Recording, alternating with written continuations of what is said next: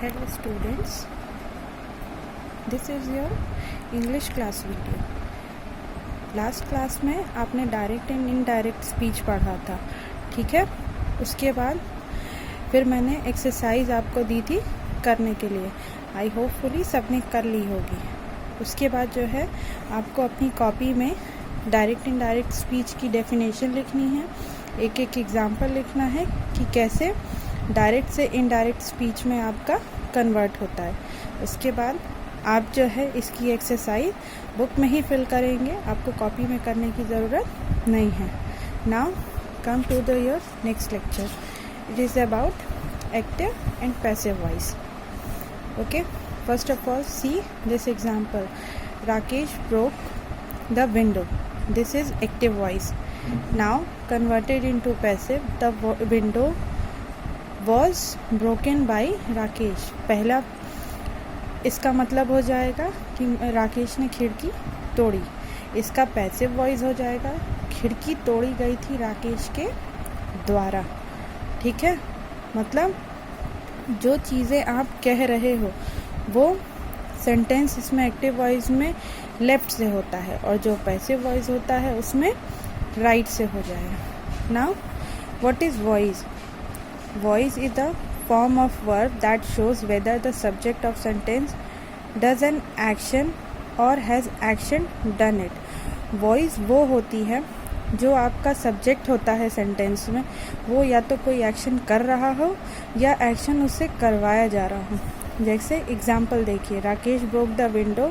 इसमें सब्जेक्ट क्या है? राकेश। और राकेश क्या कर रहा है? खिड़की तोड़ रहा है। तो ये आपका एक्टिव वॉइस हो गया। जैसे कि मैंने कहा, in the window was broken by Rakesh. Something is done to the subject window, the sentence in it passive voice. मतलब आपका जो है इसमें सब्जेक्ट चेंज हो जाएगा तो ये आपका पैसिव वॉइस में हो जाएगा। उसके बाद यहाँ पे आपके रूल्स दिए गए हैं कि एक्टिव वॉइस को कैसे पैसिव वॉइस में कन्वर्ट करना है। Like first, the object of the verb in the active voice become the subject of the verb in passive voice। जैसे डायरेक्ट इनडायरेक्ट में सब्जेक्ट आपका ऑब्जेक्ट होता था, इसमें ऑब्जेक्ट जो है सब्जेक्ट बन जाएगा।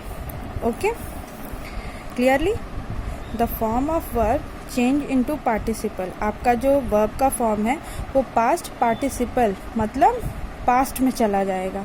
The form of the verb be in bracket am, is, are, being, etc. is it put before the main verb according to the tense of the main verb। इसमें जो है आपको वर्ब की form कहाँ put करनी है? Main verb के according. जो आपका टेंस रहेगा उसमें क्या कहाँ कैसे दिया गया है वैसे ही आपको इसमें वर्ब की फॉर्म पुट करनी है, ठीक है। Now come to the third one. The preposition by is placed after the main verb। आपका जो preposition रहेगा इसमें main verb के बाद रहेगा। The passive sentence followed by the subject। और जो passive sentence रहता है वो follow करता है subject को और वो active voice में रहता है। Which now become the object of preposition। और वो object क्या हो जाएगा? preposition के थ्रू हो जाए। जैसे यहाँ पे pronoun देखिए, आई का मी हो जाएगा, वी का अस, दे का देम।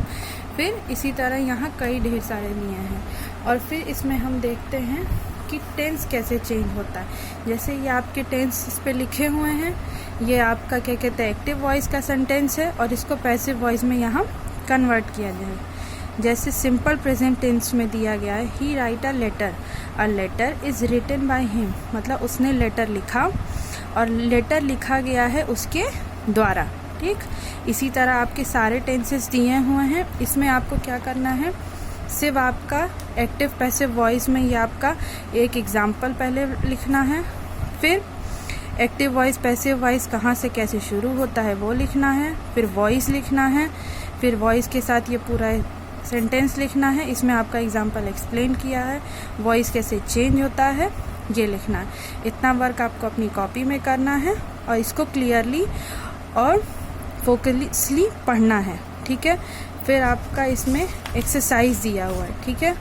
तो आप अपनी जो है प्रैक्टिस के लिए एक्सरसाइजेज अपनी सॉल्व करते जाएंगे। If you have any doubt please message me, okay. और या फिर मैं आपकी नेक्स्ट क्लास में जो है डिस्कस करूँगी। Thank you.